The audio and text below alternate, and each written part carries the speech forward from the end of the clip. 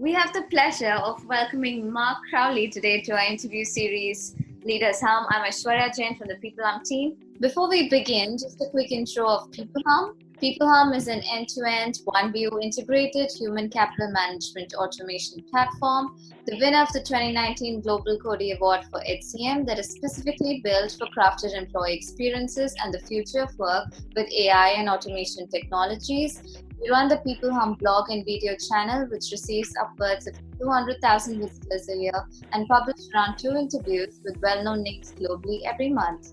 And now for our guest, Mark is a world-renowned leadership coach. With his unique and original ideologies and techniques, he has helped leaders worldwide to engage and motivate their teams for better results. He's the author of Lead from the Heart, one of the best guidebooks for leaders. He's a professional speaker and a leadership consultant, changing workplaces and leadership strategies for the good. Welcome, Mark. We're thrilled to have you. Thank you so very much. I'm honored, totally honored. It's our pleasure, really, Mark. So, Mark, on your LinkedIn bio, I read that, you're talking about millions of people trying to quit their jobs every month. And there is so much research around it that leaders are not yet capable of leading teams, and they're not, aware of how do you go about performing employee engagement in the best way. Why do you think that exists? What do you think is the main culprit here? It's actually a very good question to start off with. So it's a big question, but it's an important question because before you can talk about how do you solve it, you have to talk about what created the problem. And what created the problem is that historically we believed that the best way to drive performance, so I own a business, you work for me. So I'm thinking about what's the best way to get you to perform and that I can make the most money. So the way I would do this is I would try to pay you as little as possible, and then I would try to work you as hard as possible so that I get as much productivity out of you in exchange for the least amount of reward. And we believe that that's the best way to go about it because A, you don't want to work hard unless I really challenge you and force you to, right? Otherwise, people don't like to go to work, and so they're going to slack off, and so I have to keep pushing and pushing and pushing.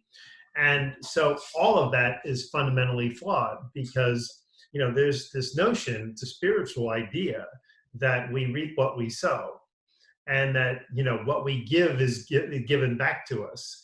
And we ignore all of that. And so we're in a collision course with people because what people want is to be trusted. They want to be valued. They want to feel like the work that they're doing matters. And if you work for a boss who says, I'm going to try to get you less pay because that'll put more into my pocket, people can feel that. And if they can feel that their boss isn't generous, isn't caring, isn't supportive, isn't looking out for them, it shuts them down in terms of what they want to give back. So ironically, we're in a situation where we are managing people in actually complete opposite of what drives the greatest human performance, which is to care about them, support them, make sure that they feel that we have their best interest in hearts, because as we'll talk about, it's all about the heart. It's all about feelings and emotions that drive people's performance. And if we're trying to squeeze people, if we're trying to take advantage of them, we're trying to work them really hard, we're going to create negative feelings or negative emotions, and negative emotions don't drive anything good in terms of performance. Absolutely. A lot of the employees, they don't feel belong to the organization because maybe there's a culture mismatch or it's the leader's fault. But that's what I want to ask you, Mark. Do you think that leaders are always responsible for changing cultures in organizations? Well, I think they have the biggest responsibility for it. Yes. I mean, obviously, there are some people that you're never going to be able to make happy. They're always going to find what's wrong, you know? And in the real world of life, you know, there's always going to be something that isn't perfect for us. So ignoring that kind of an orientation, people who are just never going to be satisfied, the responsibility to create a culture where most people are going to be happy and thriving most of the time is purely a responsibility of leadership. The issue is that we have to convince them first that this is important. And we have this idea that, hey, you have a job, you get a paycheck, you get maybe benefits and a bonus. That should be enough. So go do your work. And what we don't understand is that once people negotiate their pay and they understand what their compensation package is, it stops being a motivator of their day-to-day performance. How people feel in their environment, how people feel all day long, the emotions that they're experiencing really truly defines a culture. I believe that. And so if you've created a culture where people don't feel safe, or they feel like they're competing against people, or they don't feel that they're appreciated, they don't feel that they're valued, they don't feel that they're growing, all you're doing is taking away from the very thing that drives them to be engaged and committed to an organization. So once you've convinced organizations that culture really truly matters, I believe that it's not about what you put up on the wall. We're a caring organization and we're trustworthy and whatever. It's all about how an individual manager makes their employees feel. So the biggest challenge that we have is making sure that everybody has a manager that they know has their best interest at heart, that they're somebody who truly thrives in the success of other people.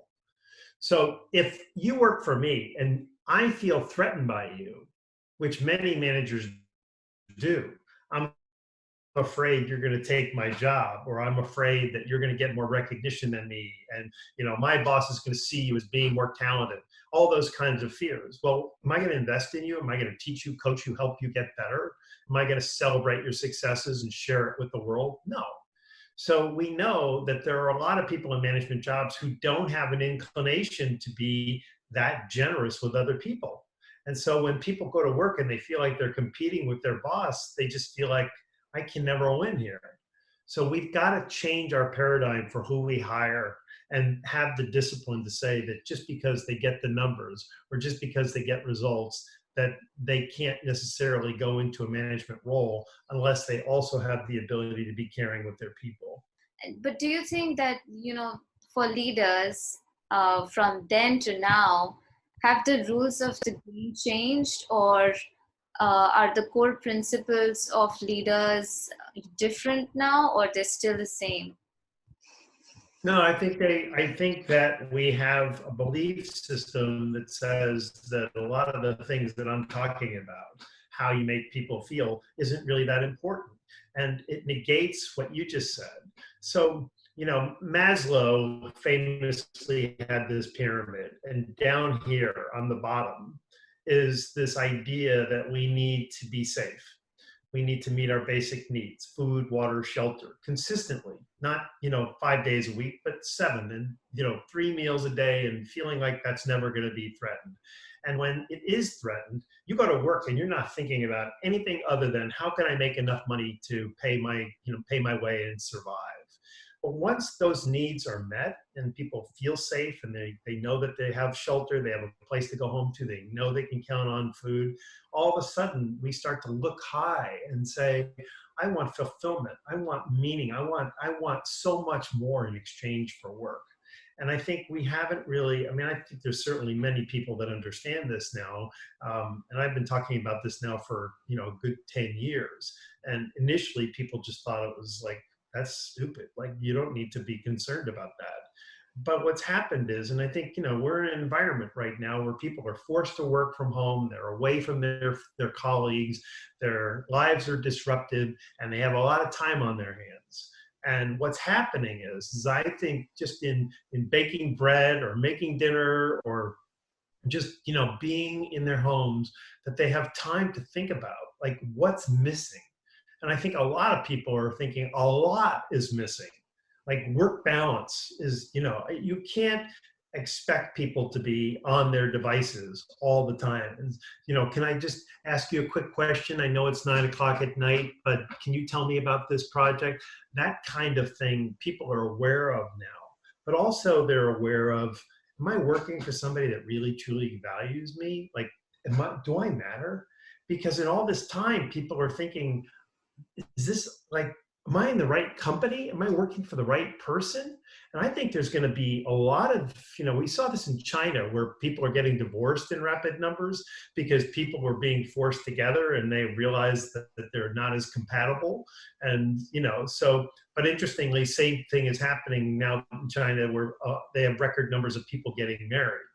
So people are looking at their relationships and they're saying, I want to have a better relationship than I have with work than I had before.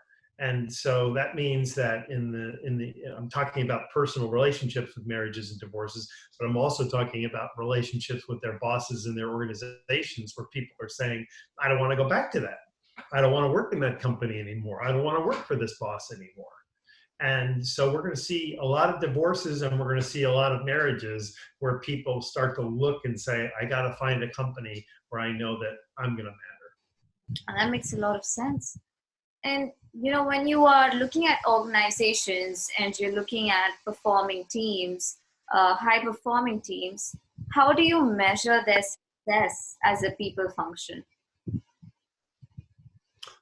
I'm not sure I understand your question exactly, but what I will tell you is that what we know, ironically, given everything that we've been talking about, that Google did this 5-year study where they were trying to define what are the components of all high-performing teams, and so it took them 5 years because if you find one team that doesn't have it, then that's your formula doesn't work. And what they ultimately discovered is that there are 5 different things that define the premier leadership. Like, in other words, if you have these 5 behaviors, you are going to have extraordinary team performance. And the cornerstone of all of that, like the one that you absolutely have of the 5 that you absolutely have to have, is psychological safety. Now, psychological safety, in my mind, is poorly named. It should be psychological and emotional safety, because we think this is the problem. And my book is called Lead from the Heart, and it's not a metaphor. I'm talking about the heart actually having a role in our bodies that tells us whether we're doing the right thing, whether we're on the right path, whether we're working for the right person or married to the right person, and all of that. Our hearts are speaking to us all the time. Our brains want the heart out of the way, particularly in business. So we want the smartest people in business. We don't want people to be caring. We don't want people to have emotions in work. We don't really want to know what's going on in your personal life. We just say, hey, let's just put that aside right now. You do your work and go home. You can be concerned about your family and whatever's going on with your life, right? Well, that just doesn't hold up any longer. And so when we talk about psychological safety, we're talking about the people up here feel like they're safe. But the truth is this is where we're feeling it. It's the emotional side. Do I have a boss that is he going to go into a meeting and throw me under the bus? Do I have a boss who would fire me in a minute if I made a mistake? Do I have a boss that is trying to teach me something, trying to advocate for me? Does this boss appreciate me? Is this boss doing anything that makes me feel good? And so that's emotional safety too. So I think they go hand in hand. So if leaders want to be successful going forward, particularly after this whole mess is over with, this emotional side is being completely expanded in people right now. And if we don't match it with where people are going to be, if we come back and we just keep managing people the same way we always did and don't understand that people completely changed and shifted during these months away from their office, we're going to blow it. And where we're going to blow it is by not understanding that it all boils down to how we make people feel and whether or not they're committed, engaged, loyal, and productive. But, do you also think that there are just a lot of leaders that pretend to be something they're not? When they come into a workplace, they just have an air around them that they're just, trying to pretend that they are great people and they want to be somebody else. They have a mask on. Do you think that transparency is not maintained many a times? Because we think we need to be, it's interesting because I think management is a role. So we have to perform to that role, like, in a play, right? But the way to do that isn't to pretend that we're something that we're not, right? It's to embody that role. So what does a leader look like? A leader looks like a human being that is, trying to move other human beings to accomplish something, right? So if you start off with the premise that I'm human and you're human, and you make mistakes and I make mistakes, then you can be a little bit more vulnerable and say, you know what, I don't really know. Like where we're heading, we're gonna have to figure out together.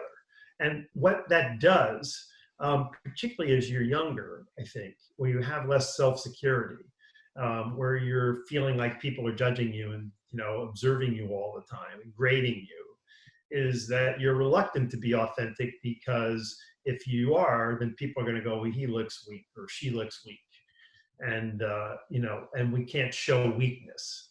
And ironically, it's when we demonstrate power and weakness that our power goes up with people. We respect you more when you're willing to acknowledge, you know what, I don't have that expertise. I don't know what's coming.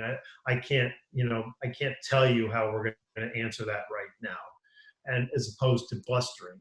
So if people can, you have to get more comfortable in your own skin, and you have to get to a point where you believe in yourself so much that you're willing to say to somebody, I don't know.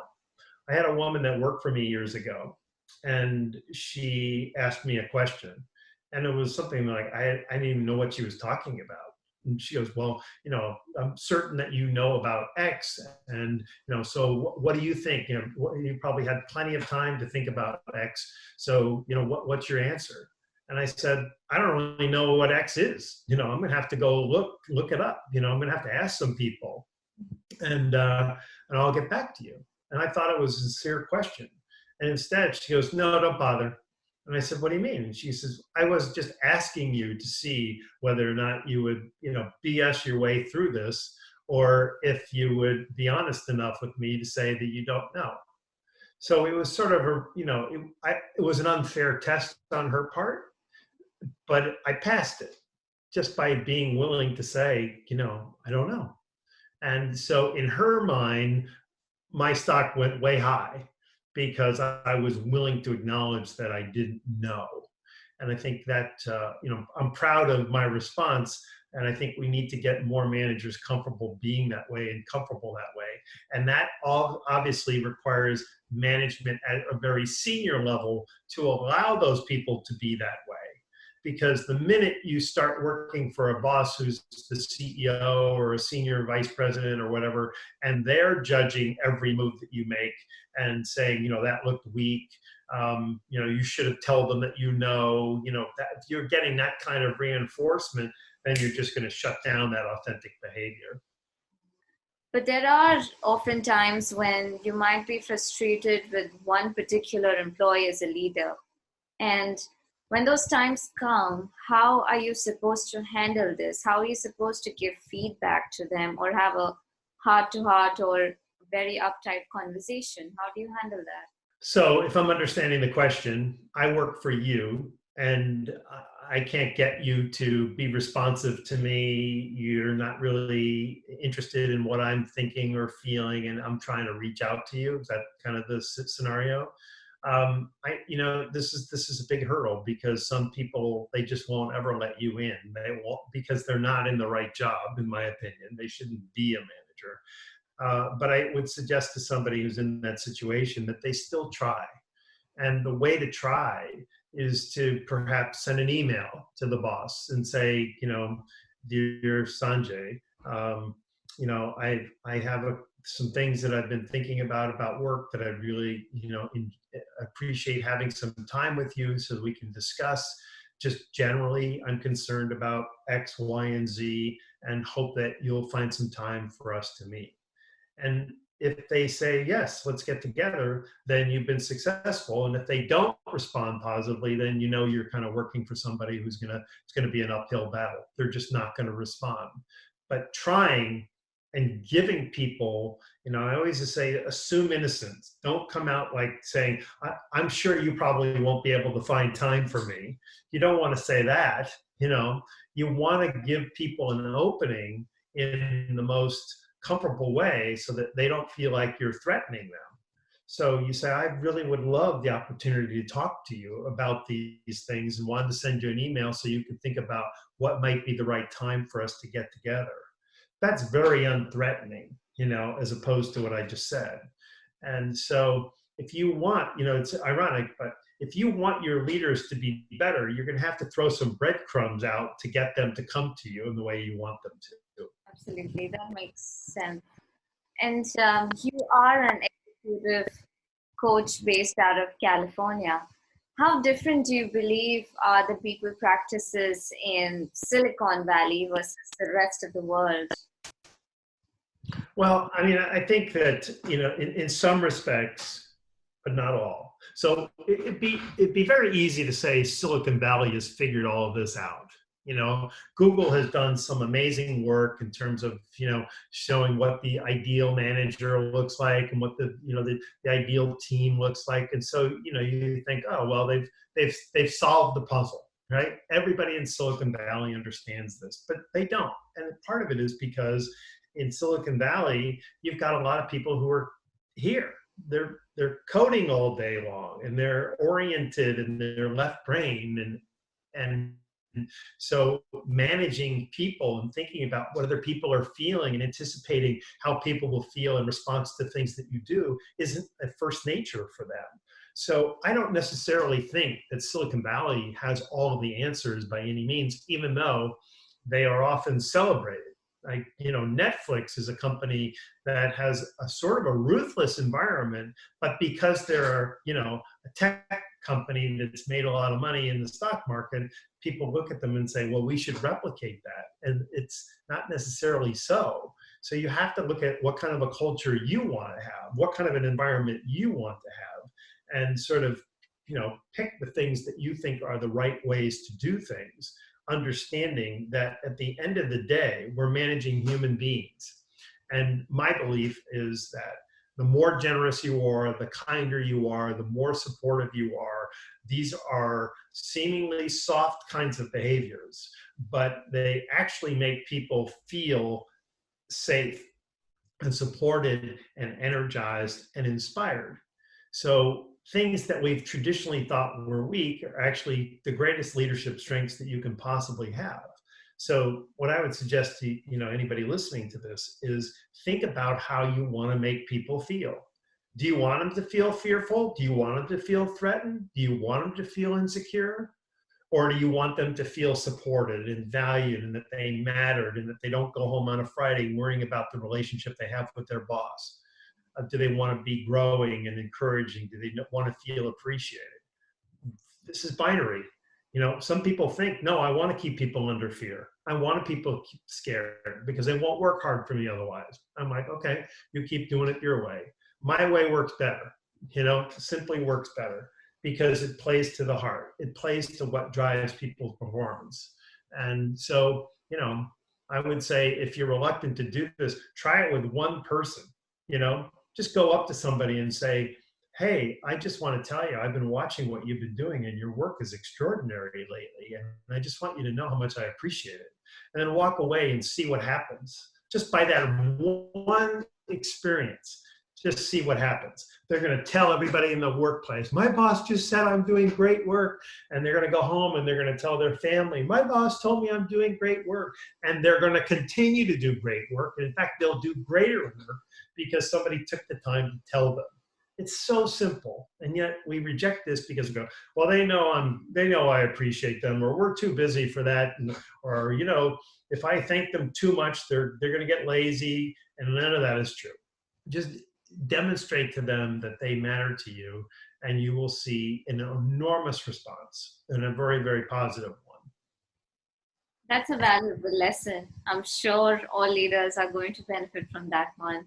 And, when you talk about employee engagement, leading with heart, and just trying to be as human as possible, do you think somewhere there is a role of technology in keeping these employees engaged and improving their human experience?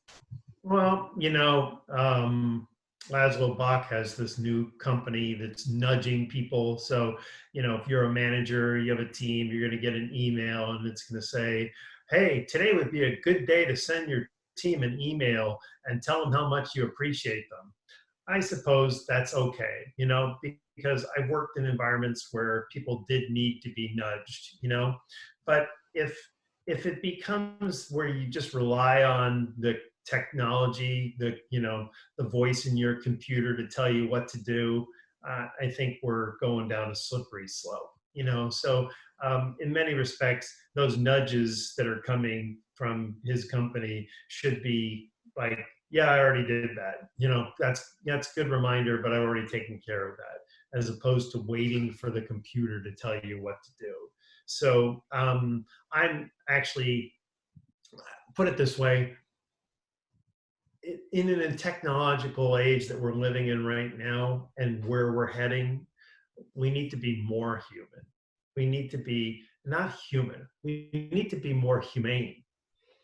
Humans do bad things. Humane is oriented on the side I'm on, which is the more you can demonstrate to people. You pick up the phone and you just say, how are you? As opposed to shooting an email.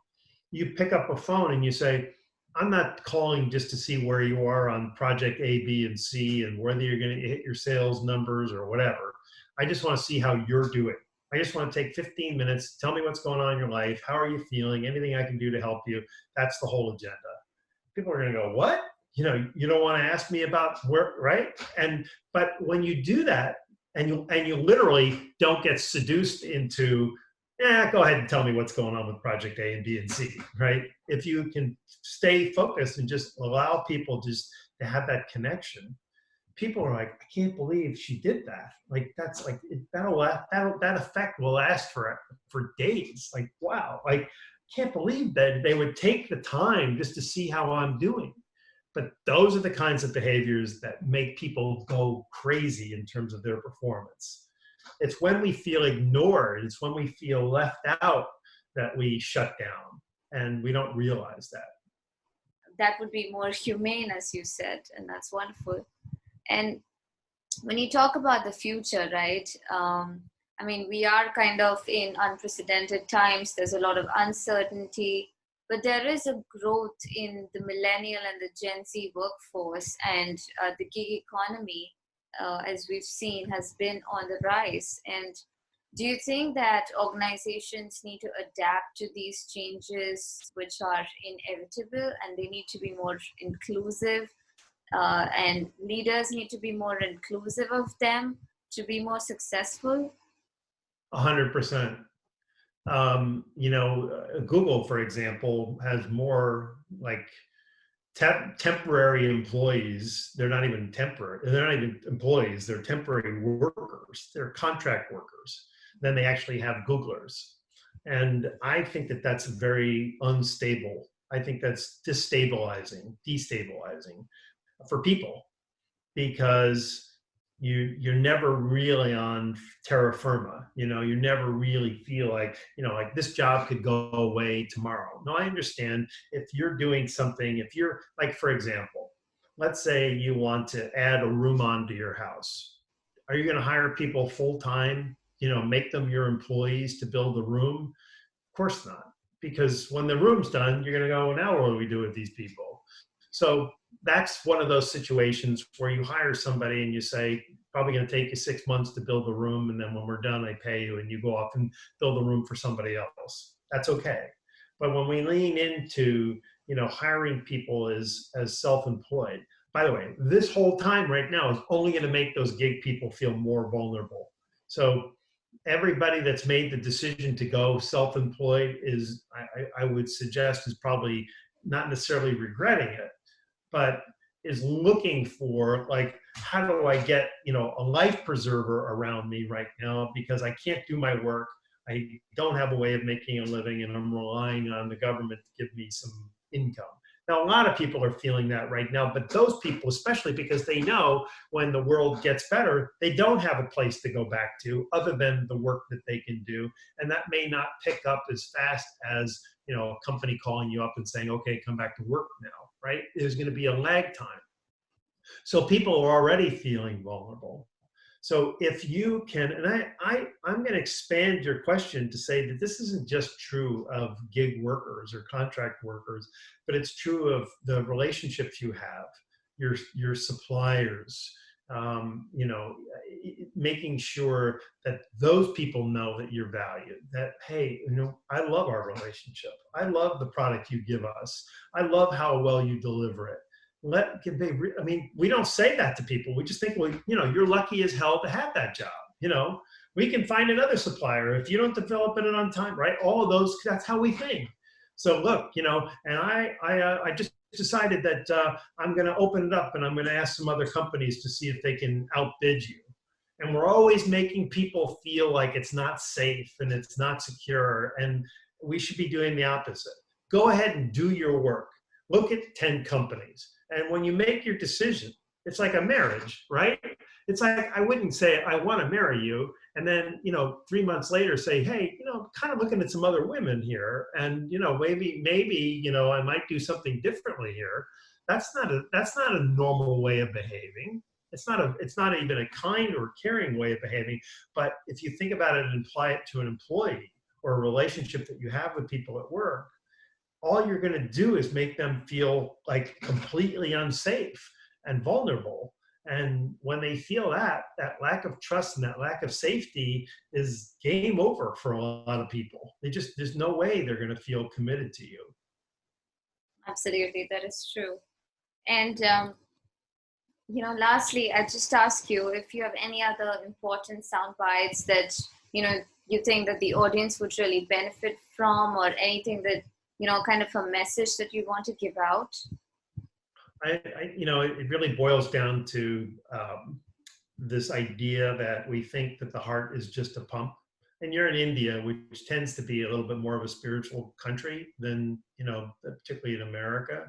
And so the idea that the heart is more than a pump is perhaps not an idea that's going to spin heads the way it does here. But I really truly believe, and there's science now that proves it, that the heart is a feeling, sensing organ, and it's communicating back and forth with the mind. So if you really want to have an impact on people, think about how you're making them feel. Because if I have a feeling, for example, you and I are having this conversation, if I'm feeling this is going well and that you're interested and you're asking me great questions, I'm having a feeling like I want to keep doing this. If you asked me, questions that seem like you didn't do any research and you weren't really interested, and tell me about your book, all of a sudden I'm having a bad feeling, and I'm going to go, well, I don't have any more time. I'd love to spend more time with you, because my heart is saying, get out of this. And the mind is like, oh, I know how to do that. I'm going to just shut the thing down. That's how people operate. So if you can make people feel safe and valued and all the things that we're talking about and appreciated and that they're growing, you're going to create an impact where the heart says, hey, get to work. This guy's got your back, get to work. She loves you, all those kinds of things. This is the big thing. So that's why the book is called Lead from the Heart, because if you understand that deep down, that's where we are. We're not here. We're here. And we're here first. This doesn't negate the mind. They work together. But what we do in business is we just say, take the heart out. Just be here. And I'm saying you're going to fail that way going forward. You have to be here at least 50% of the time. It has to be back and forth, a balance. And if you're just over here all the time, mine, you're never going to connect with what's most important with people. Absolutely. The mind and the heart has to be aligned, and that's when objectives will start coming true. And you just have to be more humane, as you said, and that's a wonderful message. And thank you so much. It was a pleasure talking to you, Mark. I really appreciate your time. and sharing your views with us. It's been a learning experience for me. So thank you so much. You're very welcome. Namaste. Thank you so much. Namaste. Take care. Take care. Bye-bye.